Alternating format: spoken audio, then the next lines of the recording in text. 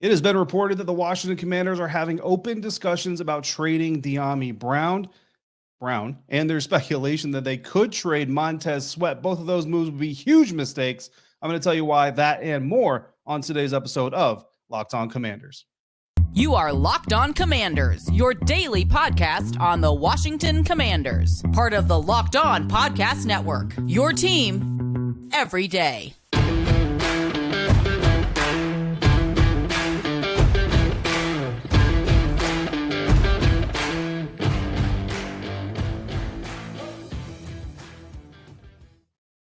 Welcome in, Commanders fans, to the Locked On Commanders podcast, part of the Locked On Podcast Network, your team every day. This is your daily podcast covering the Washington Commanders. Please subscribe or follow, and you'll get every episode for free on YouTube or wherever you listen to your podcast. And you'll always get the latest episodes whenever they drop. I'm David Harrison, credentialed member of the media covering your Washington Commanders for Commander Country, a part of Sports Illustrated's FanNation. You can find me there or here or on Twitter at dharrison82. Or text me anytime at 202-760-2644. Thanks for making Locked On Commanders your first listen or your first view of the day. Today, we've got Locked On Steelers host Chris Carter coming through to tell us about the newest Washington offensive lineman and a new bid for ownership of the Washington Commanders. But first, we're talking about trade speculation and rumors, because rumor has it the team is in talks to potentially trade third-year receiver Dyami Brown. And there's someone who thinks Washington might even be open to trading defensive end Montez Sweat. And I'm going to tell you, both would be big mistakes, but we're starting with the rumor, not the speculation. And that is about wide receiver Dyami Brown. That is Commanders trade rumor number one. According to Kenneth Teep, it's Teape. I'm not really sure how to pronounce it, to be completely honest with you, of NFL Analysis Network, saying, quote, there are still quite a few trade possibilities leading up to the NFL draft. One name to watch is Washington wide receiver Dyami Brown. They're definitely open to moving him and calling teams actively. That, according to an unnamed NFL executive, again, according to NFL Analysis Network. Listen, right off the bat, the idea of the Washington Commanders trading Dyami Brown is just absolutely, incredibly, emphatically unwise for them to do if they did, in fact, make that kind of a move. Let's look at, first of all, who Dyami Brown is. As the player, third round pick in the 2021 NFL draft, 82nd overall pick. As a matter of fact, 30 games played so far in his career, 6 starts, all those coming as a rookie, 17 catches, 12 as a rookie in his career, 308 receiving yards so far, 2 touchdowns, both coming in 2022. Not the most amazing numbers, admittedly, right? But you're also not talking about a top pick. You know, you're not talking about Garrett Wilson out of Ohio State. You're not even talking about Jahan Dotson, who was the fourth, I think, wide receiver taken off the board last year in the NFL draft. You're talking about a third-round pick. And I think that I joined everybody, and I think that we kind of hoped for a little bit more out of Dyami in his rookie season. But then again, coming into year 2, you kind of hope to see that stride forward. Unfortunately, it didn't happen. You see Jahan Dotson come in, Curtis Samuel getting healthy again, Terry McLaurin. So as a number 4 receiver, third-round pick, you can kind of feel like there's a little bit left to be desired there. But this isn't so much necessarily, while I'm certainly willing to defend Dyami to a certain extent, this isn't necessarily a defense of Dyami Brown, more so just looking at the market value, what you're talking about getting if you are indeed interested or looking to potentially trade Dyami Brown at this point in the year. 12th wide receiver drafted in 2021 out of 35 total wide receivers drafted. And I think that context is kind of important, because if you're the Washington Commanders, you have to look at this as investment and return, right? So you have the 12th wide receiver drafted in the NFL draft. That's who Dyami Brown is for you. 3 of the 35 wide receivers drafted haven't even appeared in a regular season game as of today. K'Wan Baker, New Orleans 7th round draft pick, Trey Nixon, New England 7th round draft pick, and Marquez Stevenson, Buffalo's 6th round draft pick. None of them have taken a single NFL snap. So the other 32 wide receivers have been active for at least one game, at least a snap, right, in a regular season game. And Dyami Brown, among those players, ranks 17th in receptions with 17 total. There are 5 with 100 or more. Out of all 32 that have played from that draft, there are only 5 that have 100 career receptions so far. That's not even 100 in a single season. That's just 100 career receptions through 2 seasons. Amon-Ra St. Brown of Detroit is tops in that list, but then you also have names like Jalen Waddle, Jamar Chase, Devontae Smith, and Josh Palmer. But look, Jalen Waddle, Jamar Chase, and Devontae Smith, those are top draft picks. You expect those guys to have that kind of production. Josh Palmer, Amon-Ra St. Brown, and Dyami Brown, they kind of join that list of mid-round guys, late-round guys that you don't necessarily expect that kind of production from. Love to get it if you can, but you don't necessarily expect it, right? Dyami Brown also 14th in yards. Again, the common denominators: Chase, Waddle, St. Brown, Palmer. Those guys are the guys who are kind of leading the draft class in that group. But Dyami Brown is third in his draft class in yards per reception with 18.1. Now, some of the guys that are ahead of him: Seth Williams, a Denver Broncos receiver, his yards per reception, 34 yards per reception. He has one catch. That one catch went for 34 yards. Dyami Brown has many, many more catches, but still 18.1 yards. And then Amir St. Marset, who has gone from Minnesota to Chicago to Kansas City, 21.8 yards per reception, has 6 career catches. So, again, the body of work, not even there where Dyami's is, but Dyami, at least has a little bit of a body of work. 10th in touchdowns, despite the lack of utilization from Dyami Brown from his draft class. Again, 6th in games played. If you take all those critical atmosphere or statistics, right? Games played, catches, yards, touchdowns, all those things, he ranks 10th. You average those rankings out, and he comes up as the 10th receiver in his draft class. You drafted him as the 12th receiver coming out. 3 of those guys from that class haven't played a snap in the NFL yet.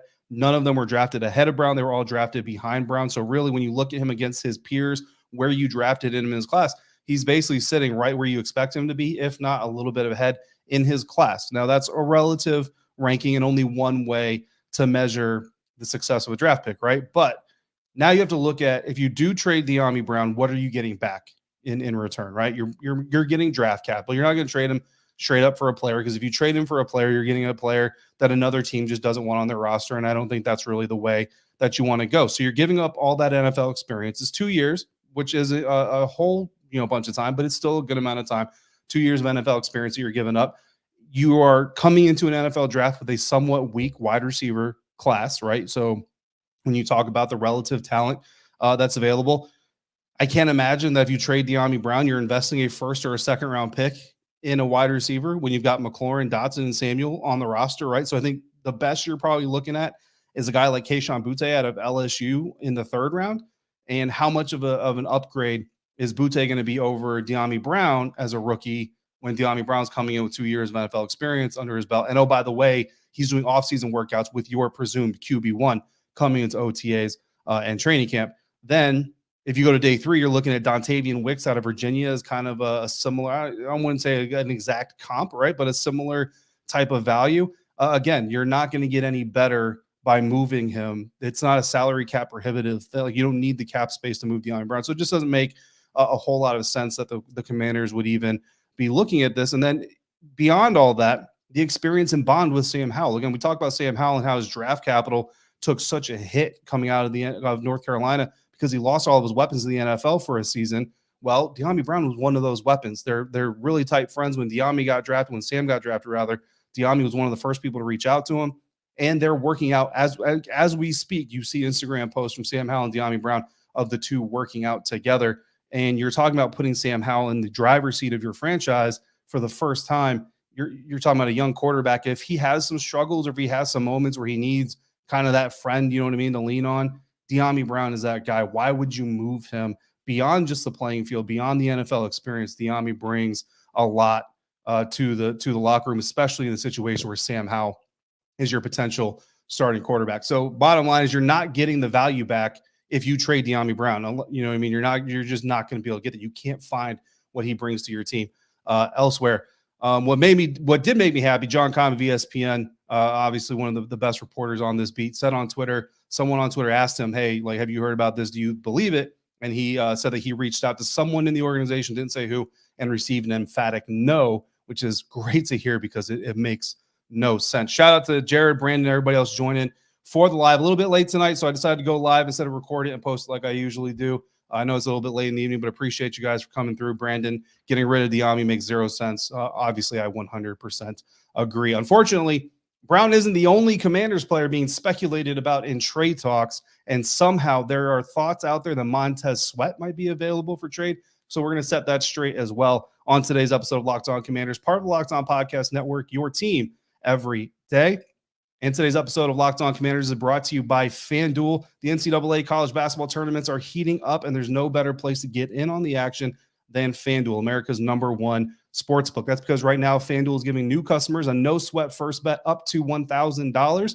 That's up to $1,000 in bonus bets back if your first bet doesn't pan out. Just go to FanDuel.com/lockedon and sign up today to claim your no-sweat first bet. And then you can wager on everything from the money line to point spreads to which team is going to be cutting down the nets when it's all said and done. You can do all of that on an app that's safe, secure, and super easy to use. So don't miss your shot at a no-sweat first bet up to $1,000 when you join FanDuel today. Just go to FanDuel.com/lockedon to sign up. Make every moment more with FanDuel, official sportsbook partner of the National Football League.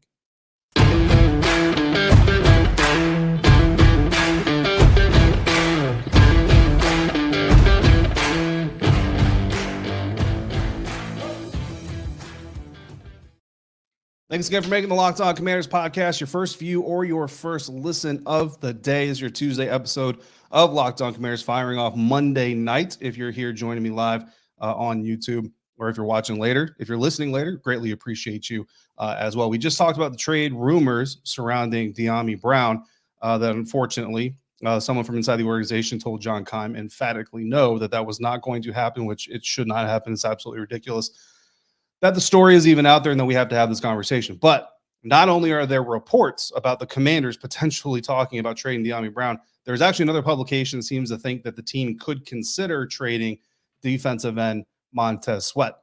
And if you've been watching the show consistently over the last week or so, we've done a good amount of episodes concerning not only Montez Sweat, but fellow defensive end Chase Young, how the contract of Daron Payne kind of impacts their statuses with the team, fifth-year option decisions coming up, contract renewals potentially coming up for Montez Sweat, the trickle-down effect to Cameron Curl. Like, all of this thing is kind of interconnected and really impacts each other, right? So would the Washington Commanders trade Montez Sweat in a pre-draft or draft weekend trade? Well, if you ask me, it would absolutely be insane to even entertain this conversation. If I'm the Washington Commanders, if I'm Martin Mayhew, Ron Rivera, or a combination thereof, anybody that calls me and even mentions Montez Sweat, like, you're not even going to get as soon as I hear Mon, I'm hanging up on you because it's just ridiculous. But the rumor is out there. The speculation is out there. So of course we have to address it. Cody Benjamin of CBS Sport writes, quote, "In an ideal world, Sweat would build on a promising pass rushing resume to earn a mega extension in Washington, but the Commanders are already paying top dollar to fellow D lineman Daron Payne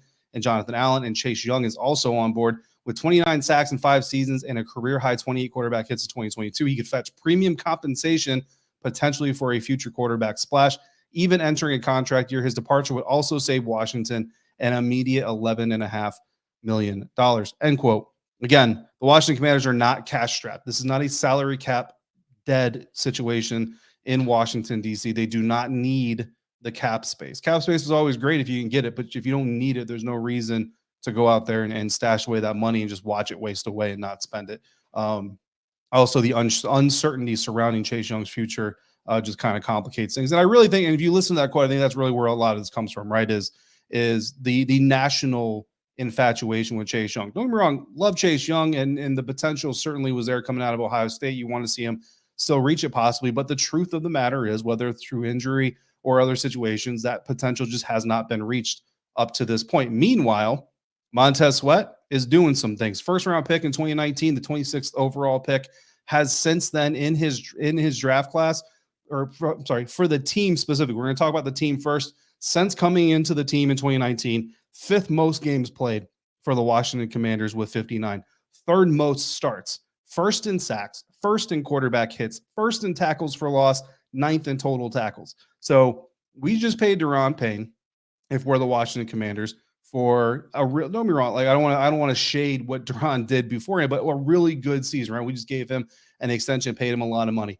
But we're talking about a guy here, Montez Sweat, who since joined the franchise in 2019, again, 5th in games played, 3rd in starts, 1st in sacks, quarterback hits, and tackles for loss, and 9th in tackles when he plays on the defensive line on one half of the field. Like, his portion where he can make tackles for this team is such a small part of the field, yet he's still top 10 in tackles since he joined this team. Now, you look at his draft class, amongst defensive ends drafted in 2019, Montez is was the 4th selected, 7th in tackles, 9th in games played, 5th in games started, 4th in sacks, 3rd in quarterback hits, 4th in tackles for loss. Is he first in there? No, but is he fourth guy selected? He's right around that mark in every important statistical category you can ask for from a defensive end. Among all defensive ends, 28th in tackles since 2019, 15th in sacks, 10th in quarterback hits, 10th in tackles for losses.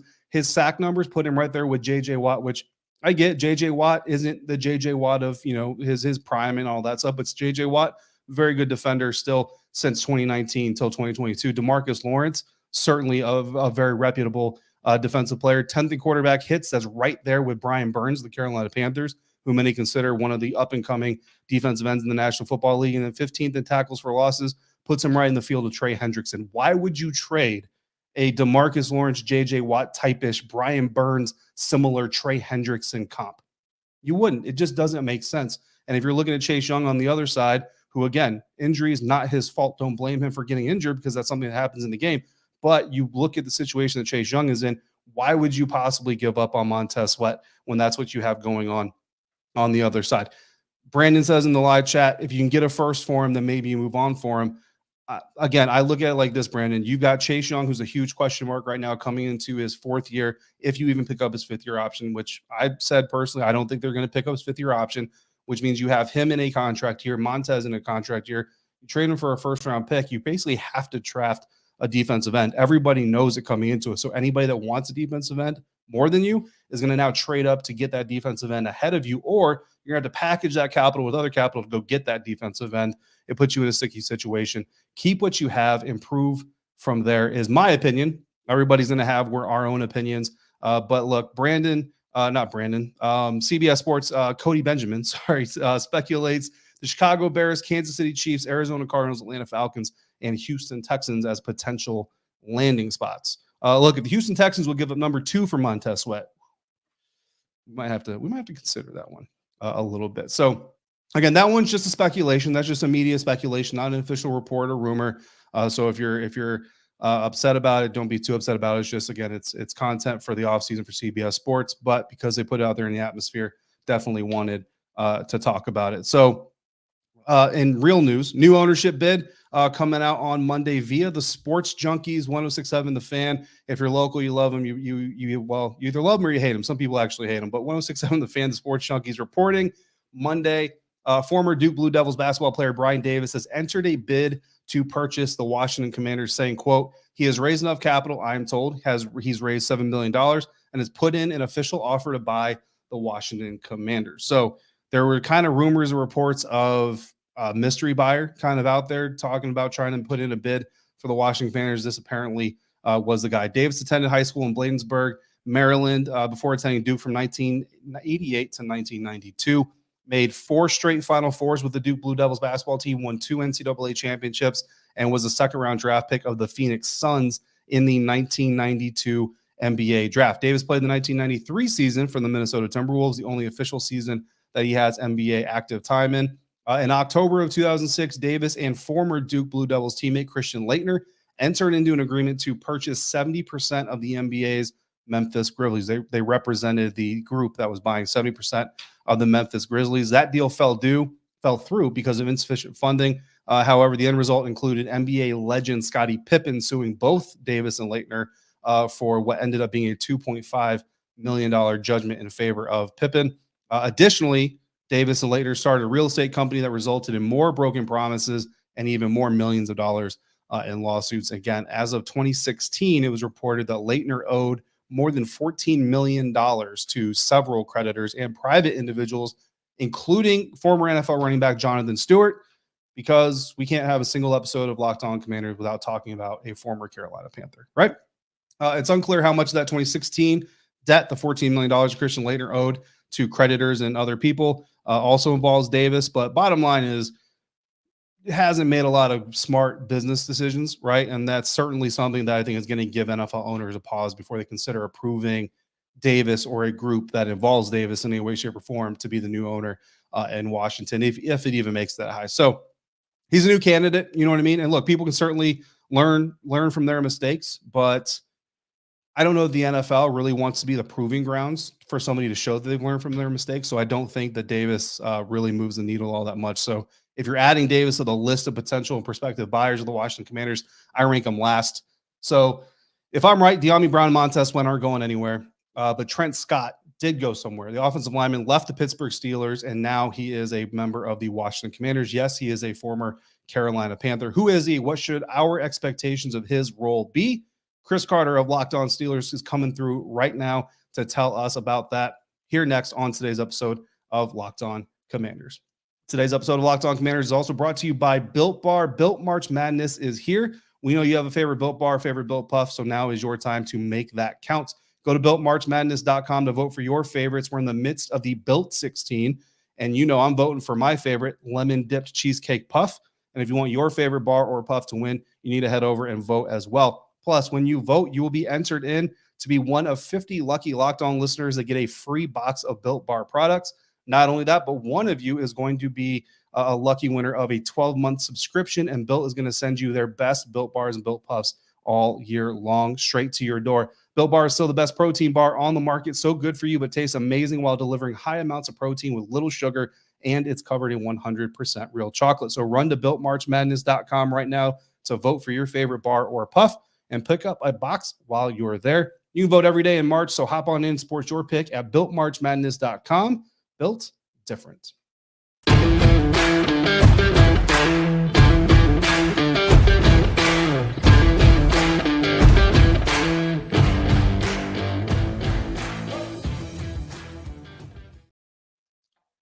Final segment here on this says at this episode of the Locked On Commanders podcast. Again, thanks to everybody who is joining us here in the live chat here on YouTube, and of course, thanks as well to everybody who's following us after the fact in the YouTube or on audio platforms everywhere. Offensive lineman Trent Scott recently signed a 2-year deal with the Washington Commanders worth just over $3 million, and his cap hit is the 8th most on the offensive line as of today. So it doesn't sound like starter money, but certainly sounds like key depth backup, a primary backup role type of guy. So who is Trent Scott? Originally an undrafted free agent out of Grambling State, Scott ended up with the Los Angeles Chargers, eventually found his way to the Carolina Panthers in 2019 after spending 3 seasons with Carolina. So he was there beyond Ron Rivera's time there in Carolina. Spent last year with the Pittsburgh Steelers, played guard, offensive tackle during his NFL career, all of it on both sides, left side and right side of the offensive line. Was actually the subject of an article that I wrote, a trade deadline article I wrote, kind of speculated that this team or the Tampa Bay Buccaneers might actually trade for him to potentially be their swing tackle. Although if you listen to our Mock Draft Monday episode, apparently, potentially, Sam Cosmi might be becoming that swing tackle if the Commanders go that direction in the mock draft that we covered there from NFL.com. Scott is expected to enter the offseason training program in camp, competing for a backup role for the Washington Commanders. So not a guy that I see as a starter potentially, but just a key member of the offensive line depth. And the offensive line is incredibly important. So, of course, you always want as much depth as you can get. Let's see if my assumption is the correct assumption. And let's hear from Chris Carter, host of Locked On Steelers, to tell us about former Steelers offensive lineman, now Commanders offensive lineman, Trent Scott. Hey, everyone. I'm Chris Carter, host of the Locked On Steelers podcast, just coming in to help David out just to talk about Trent Scott, the new offensive tackle signed by the Washington Commanders. Now, Commanders fans, here's what you need to know about Trent Scott. His time in Pittsburgh wasn't really that much of a measuring stick to really use for anything. He only played 31 total snaps because he was kind of the team's first tackle to come off the bench. He was more of a swing tackle they wanted to use in different spots. The thing is, the Steelers had a remarkable kind of run with the offensive line where nobody missed a start all year, which doesn't happen much in football. So Trent Scott was brought in to kind of be that reserve guy, but didn't get the chance to be that guy because the Steelers were pretty healthy at offensive line all season long. But I will say this, there was not the best vibes coming out of training camp and practices for Trent Scott, and that's why he was right back into free agency and moving on and everything. So I think what you're getting in Trent Scott is a guy who, when he was asked to fill in, I think he did an okay job as far as, being the extra offensive tackle on the field for the Steelers. But it's tough to really gauge at this point where he is in his career as far as, if he could be a starter, how he would fill in if he was given a full role. He did not have great grades coming into the season, but part of the thing also what might have helped him with the Steelers was that he was working with his former offensive line coach with the Carolina Panthers, Pat Meyer. Won't have that with him in DC, but He certainly seemed to be okay as a swing tackle. Be wary of trying to just throw him into a starter role. He might need some time to kind of fit in with your offense, but that's just my perspective from covering him with the Pittsburgh Steelers. All right, so again, Chris Carter, Locked On Steelers host, come through to tell us his experience with Trent Scott as a member of the Pittsburgh Steelers, now an offensive lineman for the Washington Commanders. And again, sounds like, a key depth backup competitor here for the Washington Commanders. Don't expect him to really fight for a starting job. But I think it's interesting that he was a Steelers swing tackle, never really got on the field, like Chris said, because the Steelers somehow found a way to stay healthy on the offensive line. That must be a nice problem to have, right? So Trent Scott eventually ends up walking out the door. But the fact that he was their swing tackle, didn't get a lot of use, granted, but the fact that he was their swing tackle, kind of first tackle off the sideline if they needed one, I think that says something to at least his potential and possible level of talent there. So an interesting prospect here joining the Washington Commanders. We'll see how he turns out in OTAs and in training camp. Brandon asking a question in the live chat. Jalen Carter somehow falls to 16 because of his behavioral stuff in Pro Pour Day. Do you consider drafting him? Personally, I don't. I just when you look at Jonathan Allen, Deron Payne, both under contract effectively through 2025. Deron Payne's contract runs through 2026. If it stays that long, and the fact that Fedarian Mathis coming into year 2, we'll see what he brings. But also you have John Ridgway, who did an admirable job stepping in as well, and they've added even more depth this offseason. I don't think you spend a first-round pick on a guy like Jalen Carter. What I would like is to see if another team looks at Jalen Carter sitting there at 16 and says, hey, we'd like to move up and get that guy. Then let's see if we can get some draft capital. Let's trade back into like the 2021 range. Maybe there we get Osiris Torrance, the interior offensive lineman out of the Florida Gators program that Chad Reuter mocked to the Washington Commanders at 16 in yesterday's mock draft Monday. So it's a great question. That's kind of how I see that working out.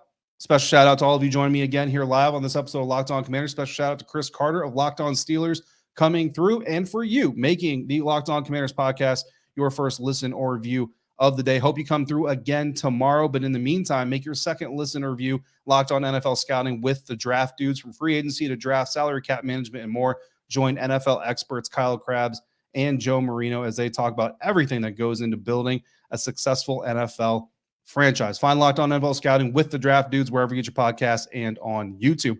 I'll be back tomorrow catching up on some things that are coming out in Phoenix, including Martin Mayhew's comments on QB1 Sam Howell at the league meetings there in Phoenix, Arizona, and more. So if you want to get in on the fun, send me your mock drafts questions ahead of Tuesday evening's mailbag episode recording via email at lockedoncommanders@gmail.com or on Twitter, or text me whenever you feel like it, 202-760-2644. Again, 202-760-2644. Text me night or day, and I will get back to you as soon as I can. Signing off for today, I'm David Harrison, staff writer for Commander Country, a part of Sports Illustrated's FanNation. Find me there, find me here, or on Twitter at dharrison82. Until we speak again, if you're out and about, please be safe, be kind to one another, and I'll see you next time right back here for another episode of Locked On Commanders, part of Locked On Podcast Network, your team every day.